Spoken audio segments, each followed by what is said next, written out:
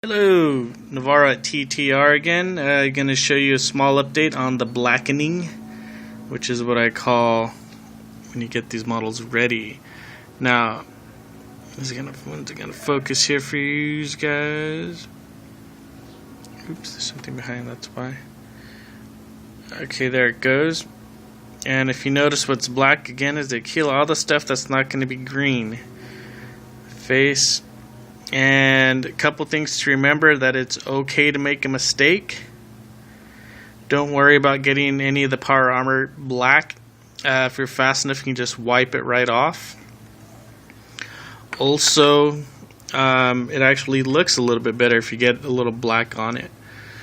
And case in point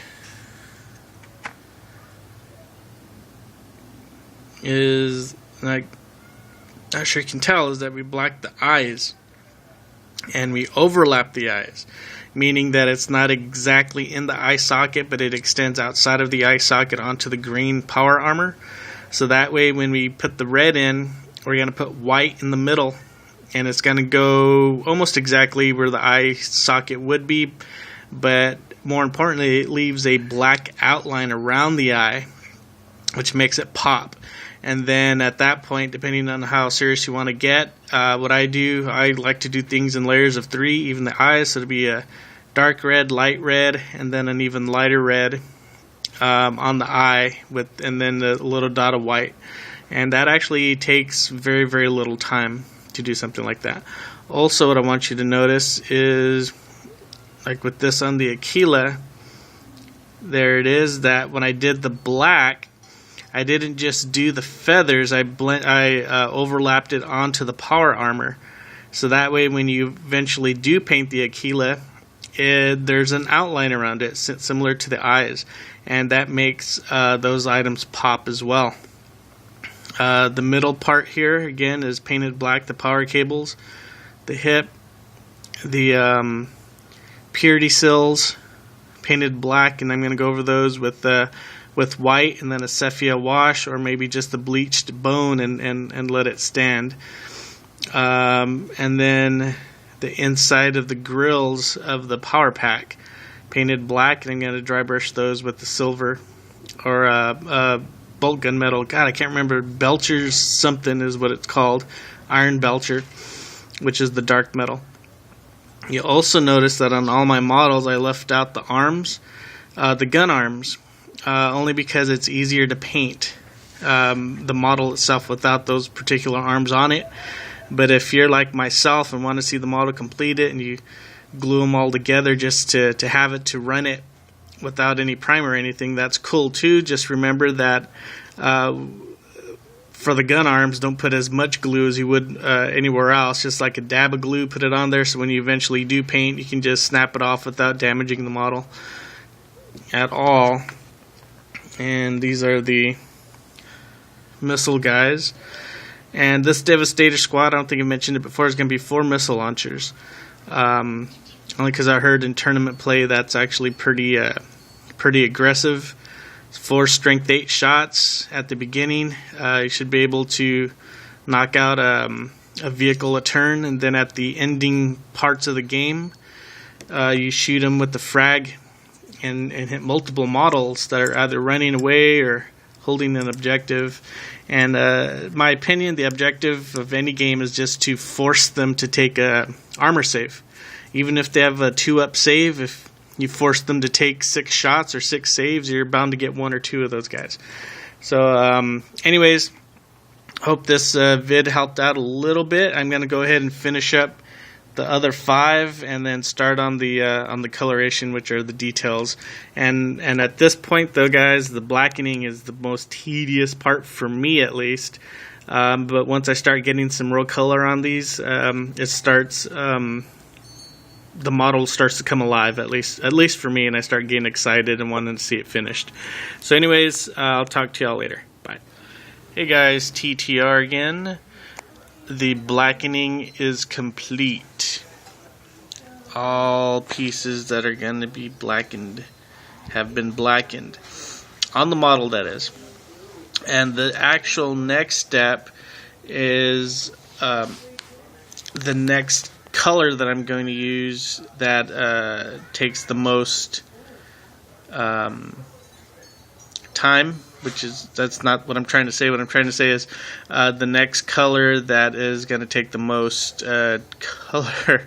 Anyways, it's lead belchers is the name of it, and we're going to do everything that needs to be based metal, which are the bolt guns, chain swords, the ribs on the belly of the armor, and the joints.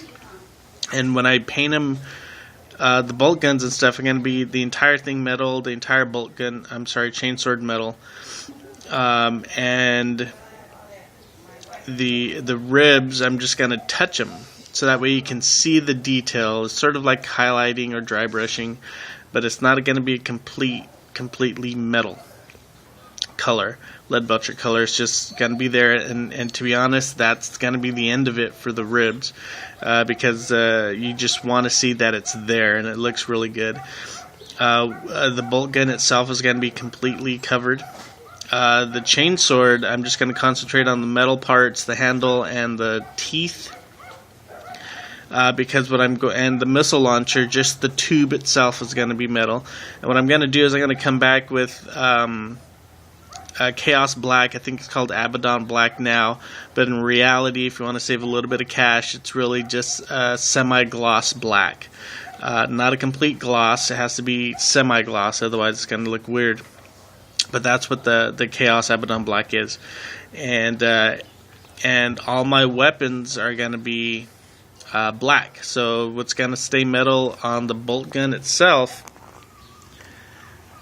is the clip, the back part, the barrel, and that little part with the design on it, that's going to be black. So it's going to look like it has the casing of black with the bolt gun around it.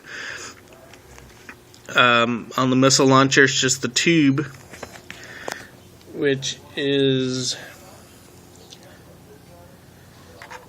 this part here, a little bit of that, and the, I guess, barrel here. And the rest is going to be black, Chaos Black, or Abaddon Black. And then as soon as we do that, we're going to go to the next color that's going to be used, and that'll be bleached bone, and it's going to be on the Aquilas and the purity seals, and that would be it for the mask colors. Then we're gonna go probably to the Chaos Black, Abaddon Black, do the guns and the weapons, and then after that it's just detailed, and the detail will be the leather stock on the bolters, which will be Calthan Brown, which is a foundation, an old foundation paint, and that goes directly over black, and it looks really nice. The flesh for that dude's head, and then the icon, which is the Dark Angel icon on his shoulder there, which will probably be grayed up to white. And it's going to look pretty good because I guess that's what you would call a layer, because it's a base black, then it's going to go a Codex gray, a lighter gray, I can't remember the color, and then a Fenris gray, and then the bleached, and then the white right over it. And those are the grays that I have. I think there's better looking grays that lighten up better. I think it's Ulthan gray is the one that's very close to the white. After that point, we're going to do the reds, and I like doing all the reds at one time. The reason I'm doing the Purity Seal reds at the end is because we're going to do the eyeballs, eye lenses red as well, and it's going to be a hit with the white. And it doesn't matter what white you use, so long as it's lighter and that the red catches. So it's going to be a quick white on the actual wax seal on the Purity Seal and on all the eye lenses, and then the red. And it ends up looking very, very well. So anyways, those are going to be the steps I'm going to run through, and then I'll stop right in between each step just to give a small update.